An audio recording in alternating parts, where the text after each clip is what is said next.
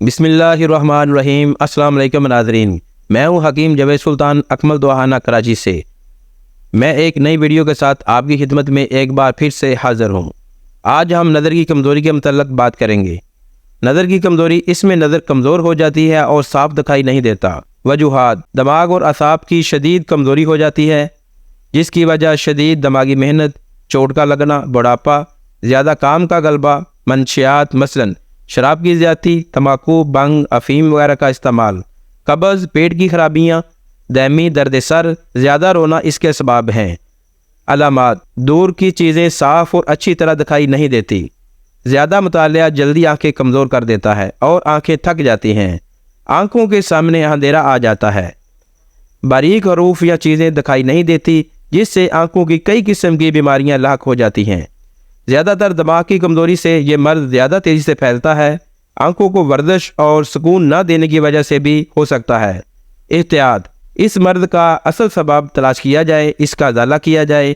High density لیپو protein والی غذائیں زیادہ استعمال کی جائیں تاکہ دل اور دماغ کو بہتر سے بہتر توانائی حاصل کرنے کا موقع ملے۔ صبح سویرے آنکھوں پر ٹھنڈے پانی کے چھینٹے مارنے اور کور کرنی چاہیے۔ آنکھوں کو بند کر کے آرام دیں۔ مطالعے کی عادت ضرورت سے زیادہ نہیں ہونی چاہیے۔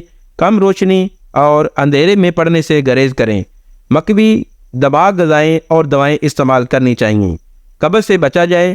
زیادہ تیز روشنی کی چمک سے بچا جائے۔ ویلڈنگ کی روشنی کی چمک سوچ، فکر، غم، غصہ دماغ کو کمزور کر دیتا ہے، جس کا نظر کی خرابی پر گہرا اثر پڑتا ہے۔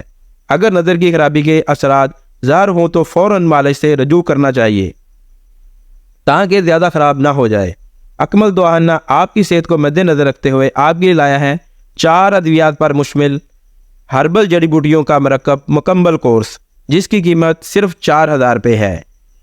یہ ڈراپ آنکھوں میں صبح شام 2 قطرے ڈالیں، صبح اور شام۔ خمیرہ صبح اور شام۔ پٹھوں اور دماغ کی کمزوری کو ختم کرنے کے لیے 1 چمچہ صبح اور 1 شام کھانا کھانے سے پہلے خالی پیٹ استعمال کریں۔ ٹیبلٹ 2 صبح 2 شام۔ پٹھوں اور اعصاب اور نظر کو مکمل ٹھیک کرنے کے لیے 2 ٹیبلٹ صبح اور 2 شام استعمال کریں۔